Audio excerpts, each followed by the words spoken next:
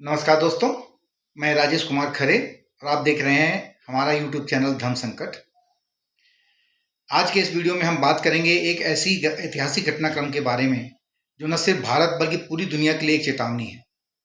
हम आपको बताएंगे कि किस तरह विदेशी ताकतें और मीडिया के दबाव के चलते भारत में एक गलत नैरेटिव को फैलाया जा रहा है। इससे पहले आपसे निवेदन है कि अगर आप इस वीडियो को अपने सोशल मीडिया प्लेटफॉर्म्स पर देख रहे हैं तो कृपया इसे YouTube में जाकर देखें। YouTube पर देखना जरूरी है ताकि मैं जान सकूं कि वीडियो को कितने लोगों ने देखा, क्योंकि YouTube सिर्फ तभी व्यू काउंट करता है जब वीडियो YouTube पर खुले। इसके लिए आपको वीडियो के कैप्शन में दिए गए लिंक पर क्लिक करके इस वीडियो को देखना होगा।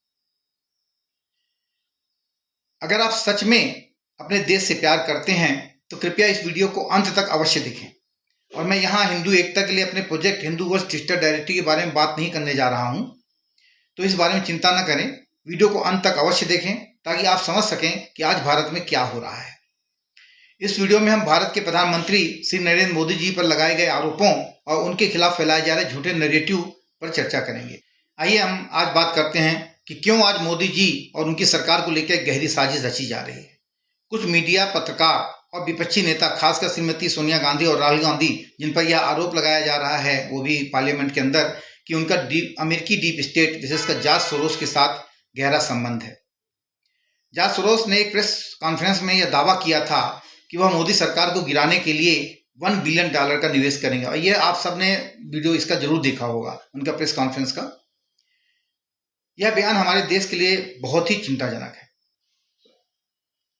हमने इतिहास में एक समान स्थिति देखी थी जब ईरान के प्रधानमंत्री मोहम्मद मोसाद्देग को विदेशी ताकतों ने सिर्फ इसलिए हटवाया था क्योंकि वह अपनी जनता के हित में काम कर रहे थे और विदेशी कंपनियों के खिलाफ थे। क्या मोदी जी भी उसी रास्ते पर चल रहे हैं? और क्या भारत में भी अब यही षड्यंत्र रचा जा रहा है? यह सोचने का विषय है। यह कहा जाता है कि जो लोग इतिहास से नहीं सीखते हैं वे इतिहास बन जाते हैं। इसलिए इतिहास से सीखने के लिए हमें झूठे नैरेटिव से सावधान रहना चाहिए। आज मैं आपको एक ऐसी घटना के बारे में बताने जा रहा हूं जो पहले हुई थी और जो वर्तमान में भारत में हो रही है, जिससे हमारी हिंदू समुदाय के 20 से 30% लोग विपक्ष द्वारा फैलाए गए उस नैरेटिव का शिकार बन रहे हैं। अगर आप इस वीडियो को अपने सोशल मीडिया प्लेटफॉर्म पर देख रहे हैं तो कृपया इसे YouTube में जाकर देखें। YouTube पर देखना जरूरी है ताकि मैं जान सकूं कि वीडियो को कितने लोगों ने देखा है, क्योंकि YouTube पर सिर्फ तभी व्यू काउंट होता है जब वीडियो YouTube पर चले। इसके लिए आपको वीडियो कैप्शंस में दिए गए लिंक पर क्लिक करना होगा। और अगर अभी तक आपने हमारे धर्म संकट चैनल को सब्सक्राइब नहीं किया है तो आपसे निवेदन है इसे सब्सक्राइब कर दें। हम 1000 का सब्सक्रिप्शन का उसमें आस लगाए बैठे हैं आप लोगों से। तो अगर आप इस वीडियो को YouTube में देखेंगे तो पूरा हमारा व्यू भी काउंट होगा और इसके साथ साथ जो है इसको सब्सक्राइब कर देंगे तो हमें सब्सक्रिप्शन भी बढ़ेगा। तो चलिए शुरू करते हैं। इतिहास के वो पन्ने पलटते हैं जिससे सीखना बहुत आवश्यक है। चलिए तुलना करते हैं ईरान का 1951 और भारत का आज का 2024 और हम देखते हैं कि उस समय के जो ईरान के प्रधानमंत्री थे मोसाद्देग और मोदी जी, इन दोनों में क्या समानताएं हैं। क्या आपने कभी सोचा है कि ईरानी लोग अमेरिका को शैतान का देश क्यों कहते हैं? विदेशों ने ईरान के तेल व्यापार पर पूरी तरह कब्जा कर लिया था। 1951 की बात बता रहा हूं आपको, जिसमें 84% ईरान के तेल उत्पादन का हिस्सा जो है वो ब्रिटेन को जाता था। केवल 16% ही ईरान को मिलता था। 1951 में एक दृढ़ देशभक्त मोहम्मद मोसाद्देग ईरान के प्रधानमंत्री बने, चुने हुए प्रधानमंत्री। उन्हें ईरान के तेल व्यापार में विदेशी कंपनियों का प्रभुत्व पसंद नहीं आया। 15 मार्च 1951 को मोसाद्देग ने ईरान के संसद में तेल उद्योग का राष्ट्रीयकरण करने के लिए एक बिल प्रस्तुत किया, जिसे बहुमत से पारित किया गया। जैसे 1966 में प्रधानमंत्री इंदिरा गांधी ने बैंक को नेशनलाइज करने के लिए बिल प्रस्तुत किया था और सारे प्राइवेट बैंक जो है नेशनलाइज हो गए थे। टाइम पत्रिका ने 1951 में मोसाद्देग को मैन ऑफ द ईयर के रूप में नामित किया, लेकिन इससे ब्रिटेन को भारी नुकसान हुआ। उन्होंने मोसाद्देग को हटाने के कई प्रयास किए, उन्हें रिश्वत देने की कोशिश की, उनकी हत्या करने की कोशिश की और एक सैन्य तख्तापलट का प्रयास किया। लेकिन मोसाद्देग बेहद अनुभवी और समझदार थे, इससे ब्रिटिशों के षड्यंत्र विफल हो गए। जैसा अभी आजकल सुनने में आ रहा है कि मोदी जी को भी मारने की तैयारी चल रही है और ऑलरेडी सुपारी दी जा चुकी है। मोसादेक ईरानी लोगों में बहुत लोकप्रिय थे। उनकी लोकप्रियता के कारण सैन्य तख्तापलट संभव नहीं था। आखिरकार ब्रिटिशों ने अमेरिका से मदद मांगी। CIA ने मोसादेक को हटाने के लिए $1 मिलियन की मंजूरी दी। यह रकम 4,250 यानी 4,250 मिलियन रियाल ईरानी मुद्रा के बराबर थी।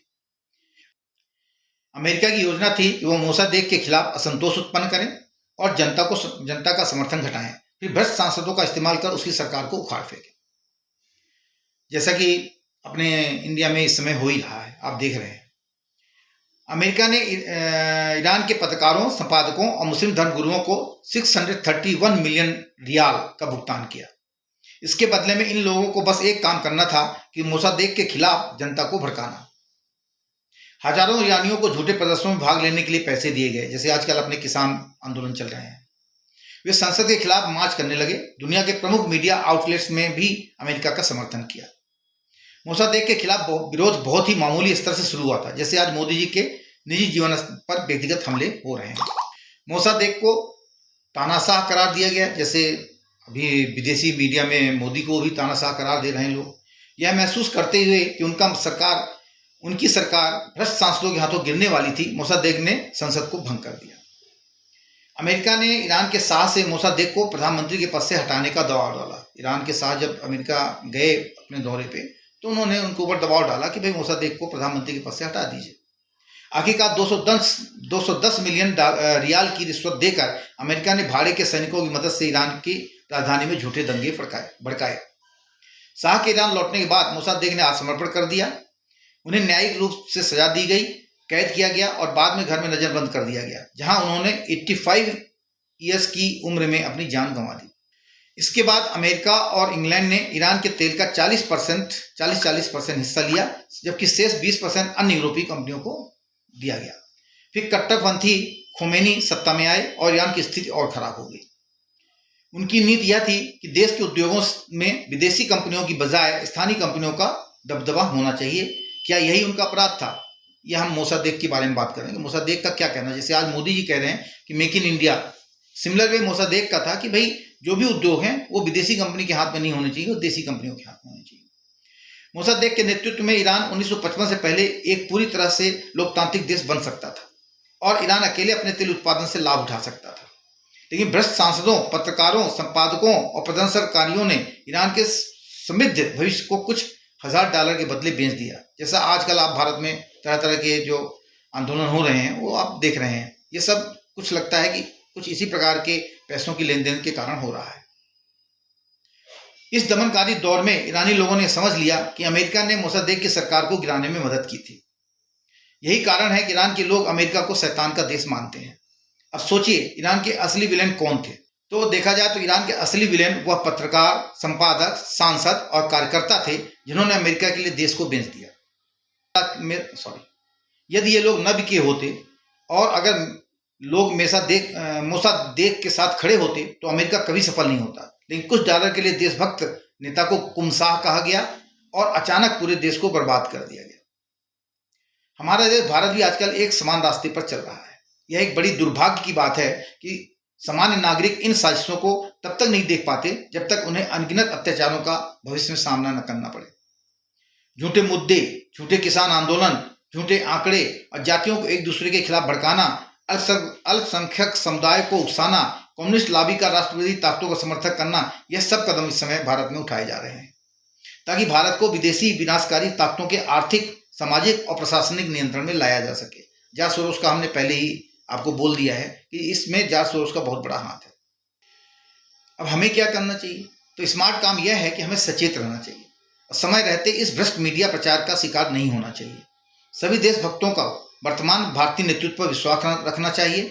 मोदी जी के साथ मजबूती से खड़ा रहना चाहिए, अन्यथा एक ईरानी स्टाइल की आपदा आगे चल के भारत में भी अवश्य भागेगी।